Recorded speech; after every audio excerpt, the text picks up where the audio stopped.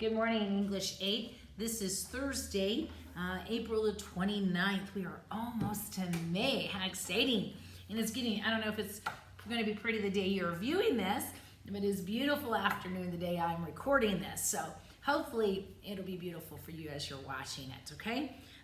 Let's look at English grammar book, page 233. 233. Let's look at number 4. They ask you to label the words in these sentences telling us what part of speech they are. Now remember, a part of speech is a noun, a verb, an adjective, an adverb, a conjunction, a preposition, an interjection, or a pronoun. It's like I left one out, a pronoun. Okay, it's not its function, not its job. What kind of word is it? So if it's a noun, it'll be a person, place, thing, or idea. If it's a pronoun, it takes the place of a noun. If it's an adjective, it describes a noun and it answers the questions. Which one? What kind? How much? How many? Or whose? Must answer one of those questions. If it's an adverb, it's going to be talking about an adverb, another adverb, an adjective, or a verb. And it has to answer the questions. Where, when, how often, or to what extent. Under what condition or why. If it's a conjunction, it needs to connect two words or two phrases or even two sentences.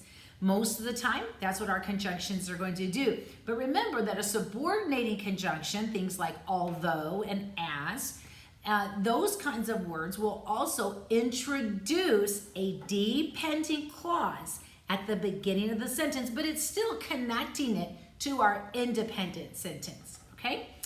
Then you have an interjection. Interjections show lots of expression, but have no grammatical meaning to our sentence. It's just a scream, an ow, a wow, my, oh goodness. Well, bless your heart. If you're from the South, that would be considered an interjection. Well, bless your heart. Did you just not get that finished? Okay, it has no grammatical meaning to it, but where I grew up, people say that. All right, now let's look at exercise E. Union troops captured Arlington House during the Civil War. Well, the first thing I want us to do is I want us to go through and see if we can find the people, places, and things, okay? Because those would all be what? Nouns. Well, troops, it's a group of people, okay? Arlington House, it is a building, okay? And Civil War, that is a thing. So those three words are all nouns, okay? Now, there has to be a verb because there has to be a verb in every sentence. The verb is captured. So captured is the verb. Now, we always look for prepositional phrases, don't we? So what prepositional phrases do you see? During the Civil War. Well, we know that Civil War is a noun. What is during? It has to be a preposition.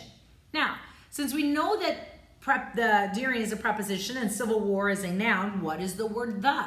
The word the is an article, and there are three articles, a, and the. They are always adjectives, okay? Now, we only have one word we did not answer about, and that is the word union, okay? Union tells us which ones, which troops, the Union troops, okay? Because there were two different groups of troops, okay? Number 5, so union is an adjective. Number 5, Private William Harry Chrisman was the first soldier to be buried there. Okay, again, let's look for a person, a place, a thing. Okay, we have Private William Henry Chrisman. Okay, all of that is one person, so that is one noun. Okay, any other nouns? A soldier is a noun. Okay, now what's the verb? The verb is was. Okay, now we have a few words left. Which soldier are we talking about? Well, the is an adjective. And first, which one? The first soldier. So both the and first are adjectives. Then we have to be buried there, okay? To be buried tells us where, and there is an adverb, okay?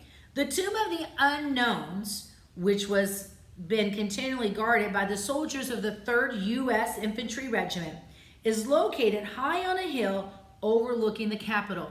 If you ever have the chance to go see the Tomb of the Unknown Soldier, it is absolutely beautiful and very solemn.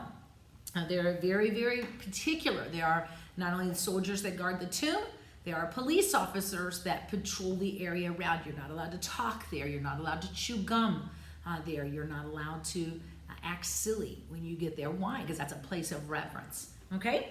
Now, the tomb is a noun. Which tomb? The is an adjective. Of unknowns is a prepositional phrase. So the of is a preposition, unknowns is a noun. Which has been continually guarded, okay? Which is a pronoun, has been is a verb, continually is an adverb, guarded is a verb, by soldiers, by is a preposition, soldiers is a noun. Of the 3rd USS Infantry Regiment, of is a preposition, the is an adjective, 3rd U.S. Infantry Regiment, that's one group, that's one noun. Is located is a verb, is located on there, okay? High is an adverb, on is a preposition, a is an adjective, hill is a noun, overlooking is an adjective, the is an adjective, and capital is a noun. Number 7, the last one you did for homework. Shh. Speak quietly and behave respectfully when you visit. Shh is an interjection. Speak is a verb. Quietly is an adverb telling you how to speak. And is a conjunction. Behave is a verb. Respectfully is an adverb telling you how to behave. When is a conjunction. It's connecting our phrases here. You is a pronoun and visit is a verb. Now I want you to turn the page. Everybody always panics when they see this exercise. There's no reason to panic. It's not hard. The only difference is here we have a group of sentences that instead of numbering them sentence 1, sentence 2, sentence 3, they put them together and made them into a paragraph. Every word in every sentence has to be a type of part of speech. It has to be a noun or a pronoun or a verb or an adjective or an adverb, an interjection or a conjunction or a preposition. It has to be one of those. Now, they've got jobs, okay? It doesn't matter if your sentences are written like they are on the board, sentence, sentence, sentence, or if they're written together as a paragraph. You're gonna analyze them the exact same way, guys. Look at number 1. O sinner, consider the fearful danger you are in.